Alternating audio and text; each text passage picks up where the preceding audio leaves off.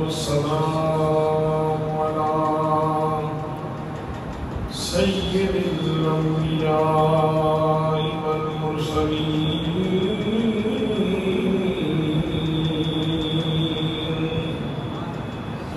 وعلى آله وأصحابه أجمعين. أما بعد فأعوذ بالله من الشيطان الرجيم.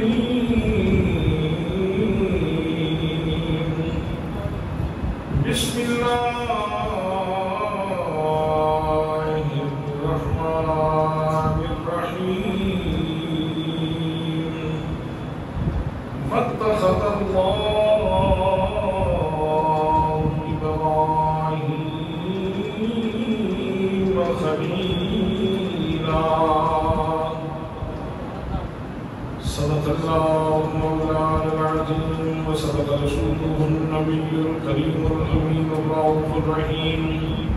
الصلاة والسلام عليك يا سيدي يا رسول الله وعلى آلك وأصحابك يا سيدي يا حبيب الله.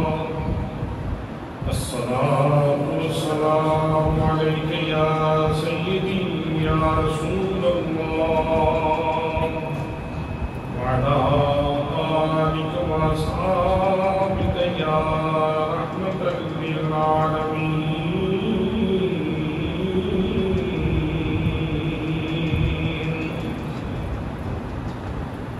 بٹیاں میرا والے آسانیاں،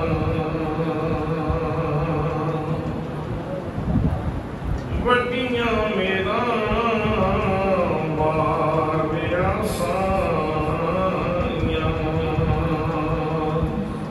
کتاب غریب نوازا،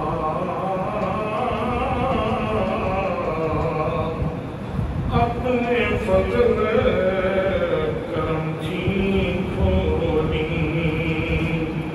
مولا رحمت کا دروازہ.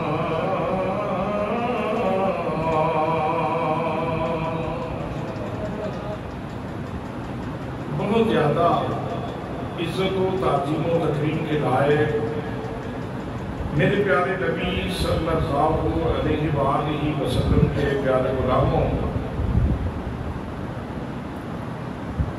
ماہ ذیقعدہ کی آخری تاریخیں ہیں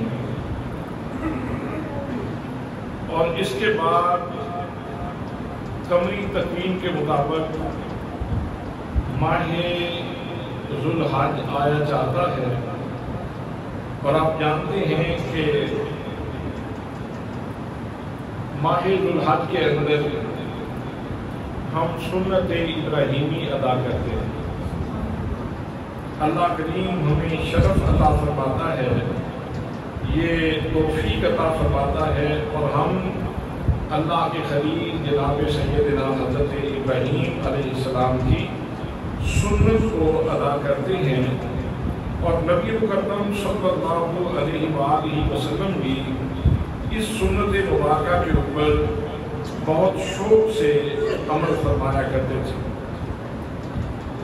اور ہم تو اپنے پیارے محبوب صلی اللہ علیہ وسلم کی سنت مبارکہ کے اوپر عمل کرتے ہوئے اس سنت ابراہیمی کو ادا کرتے ہیں. تو جیسے جیسے ماہ ذیقعدہ ختم ہوتا ہے اور ذوالحج قریب آتا جاتا ہے تو دھڑکنیں تیز ہو جاتی ہیں، لوگ جانور خریدنا شروع کر دیتے ہیں اور قربانی کی تیاریاں شروع ہو جاتی ہیں.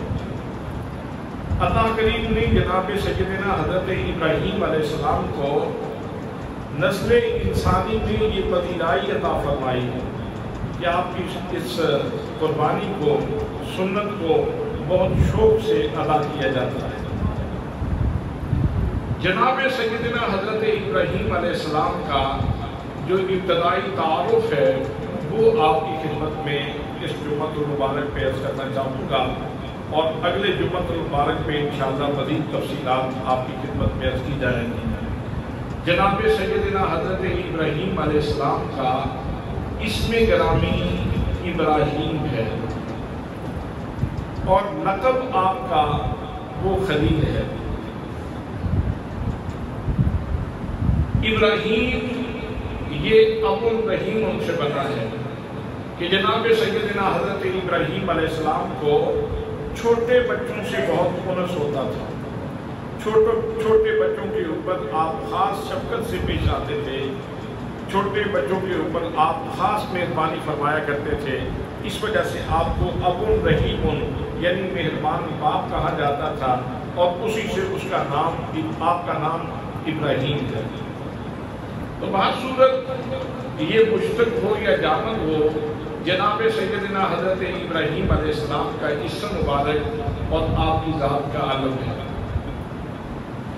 آپ کی کنیت ہے ابو الدیفان۔ ابو الدیفان کا مطلب ہے جو بندہ ہر درجہ مہمان نواز ہو اسے ابو الدیفان کہا جاتا ہے۔ عربی میں دیف کو کہتے ہیں مہمان، اور جناب سیدنا حضرت ابراہیم علیہ السلام کو مہمان نوازی ہر درجہ پر وہ محبوب تھی۔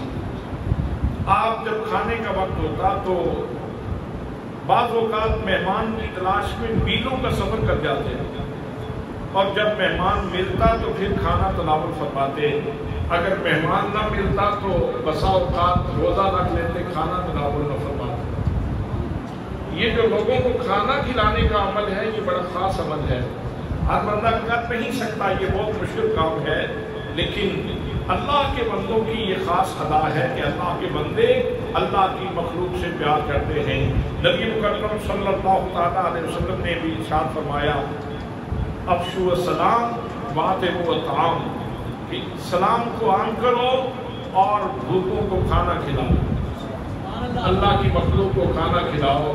تو اللہ کی مخلوق کو کھانا کھلانا یہ بہت اچھا عمل ہے، اور اللہ کے برگزیدہ بندوں کی یہ سنت مبارکہ ہے۔ جناب سیدنا حضرت ابراہیم علیہ السلام کے حوالے سے کر رہا تھا کہ آپ کو بہت شوق تھا مہمانوں کو کھانا کھلانے کا، میلوں سفر کر جاتے کسی ایک مہمان کی تلاش میں، اور جب مہمان مل جاتا اس کے لیے دسترخوان بچھاتے اور بڑے مزے سے اس کے ساتھ بیٹھ کے کھانا تناول فرماتے۔ ایک دفعہ اس طرح ہوا کہ آپ باہر نکلے مہمان کی تلاش میں، مہمان تو ملا، ایک 70 سالہ بوڑھا، دسترخوان بچھایا، کھانا رکھا، اس سے پوچھا یہ بتاؤ کہ عبادت کس کی کرتے ہو، مذہب کون سا ہے؟ اس نے کہا میں تو فلاں فلاں فلاں کو اللہ کا شریک مانتا ہوں۔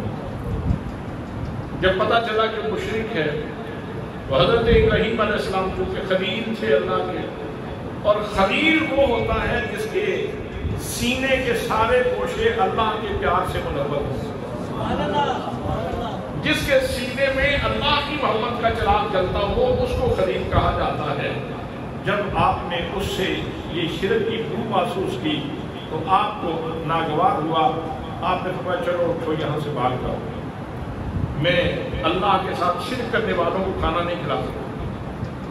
وہ بندہ اٹھ کے چلا گیا، جیسے وہ باہر گلی میں پہنچا تو ادھر جناب حضرت جبریل امین وہی لے کر حضرت خلیل علیہ السلام کے پاس آئے۔ حضرت ابراہیم علیہ السلام کے پاس وہی آئی، اللہ نے پیغام بھیجا، فرمایا میرے پیارے خلیل 70 سالوں سے وہ میرے ساتھ شرک کر رہا تھا، لیکن میں نے تو اس کا کھانا بند نہیں کیا، میں تو اس کو مسلسل کھانا کھلاتا رہا، اور ایک دن وہ تیرے دسترخوان پہ آیا تو تو نے اسے جھڑک کے اٹھا دیا۔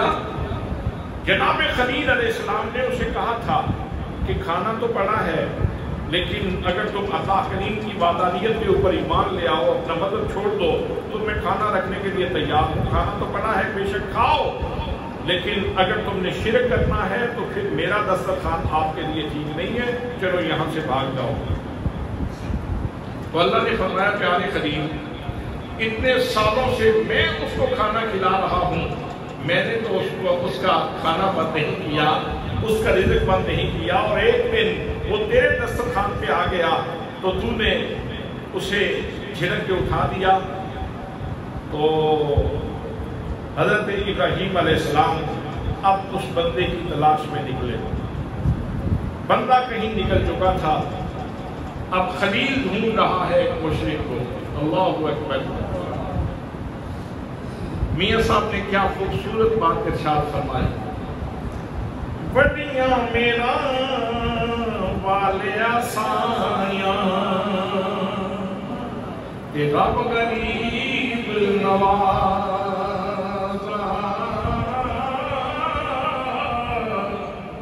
اپنے فضل کرم چنکونی مولا رحمت دا دروازہ۔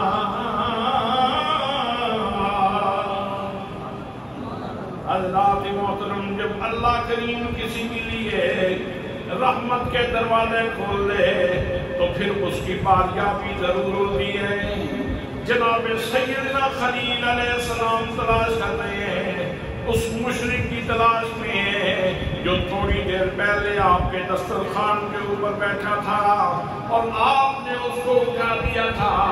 اب جب وہ تلاش کرتے کرتے اس مشرک تک پہنچ گئے، اس کی منت کرنے لگے، اسے کہنے لگے او بندہ خدا مہربانی کر، چل میں تجھے کھانا کھلانا چاہتا ہوں۔ وہ کہنے لگا میاں ابھی تو تم نے جھڑک کے اٹھا دیا تھا، اب مجھے کیا لیتے ہو؟ بارے دیگر میری بے عزتی کرو گے، میں چند لقموں کے لیے اپنے آبا و اجداد کا دین نہیں چھوڑ سکتا۔ جناب حضرت خلیل علیہ السلام اس کی منت کر رہے ہیں، سماجت کر رہے ہیں، تم مہربانی کرو میرے ساتھ چلو، مجھے تیری وجہ سے اللہ کی بارگاہ سے عتاب ہوا ہے، میرے محبوب نے مجھے چھڑکا ہے تیری وجہ سے، میں نے تجھے اپنے دسترخوان سے اٹھایا تو میرا رب مجھے ناراض ہوا ہے کہ میں 70 سالوں سے اس کی پرورش کر رہا ہوں اور میں نے اس کا رزق بند نہیں کیا، اور ایک دن کے لیے اگر وہ تمہارے دسترخوان پہ آ بیٹھا تو تم نے اٹھا دیا۔ تو اب وہ مشرک جو تھا نا وہ کہنے لگا واقعی یہ بات سچ کہہ رہی، میری وجہ سے اللہ نے اپنے خلیل کو جھڑکا، اپنے پیارے بندے کو جھڑکا میری وجہ سے، میرے جیسے خطا کار کے لیے۔ تو اب اس کی آنکھوں سے آنسو بہنے لگے اور وہ کہنے لگا اگر 70 سالہ خطا کار کے ساتھ اس کا یہ معاملہ ہے، اتنی مہربانی ہے، تو اپنے نیکوکاروں کے ساتھ اس کی مہربانی کیسے ہوگی؟ اس لیے ابراہیم دسترخوان کی طرف بعد میں چلتے ہیں، پہلے مہربانی کرو مجھے کلمہ پڑھاؤ اور مسلمان کہو۔ نعرہ تکبیر، نعرہ رسالت، نعرہ تحقیق، نعرہ حیدری، نعرہ غوثیہ، علماء اہل سنت۔ حضرات محترم، جب کسی کے اوپر اللہ کی رحمتیں سایہ فکن ہوتی ہیں تو پھر اسی طرح اس کو نواز دیا جاتا ہے۔ اب وہ جناب سیدنا حضرت ابراہیم علیہ السلام کے ساتھ جا رہا تھا، لیکن جب نکلا تھا تو مشرک تھا، اب پڑھتا ہوا جا رہا تھا لا الہ الا اللہ ابراہیم خلیل اللہ، لا الہ الا اللہ ابراہیم خلیل اللہ، اور بڑے مزے کے ساتھ اپنے رب کا ذکر کرتا جا رہا تھا، اس کی آنکھوں سے آنسو روان تھے اور اللہ کریم کا ذکر کرتے ہوئے اور شکرانے کے کلمات کہتے ہوئے جا رہا تھا۔ واہ میرے مولا، تو کیسے کرم نوازی فرماتا ہے، تو نے میرے ظاہر کی تسکین کا بھی انتظام فرما دیا اور میری روح کی بھوک بھی مٹا دی۔ وڈیاں میرا والیا سایاں میرا غریب نوازا،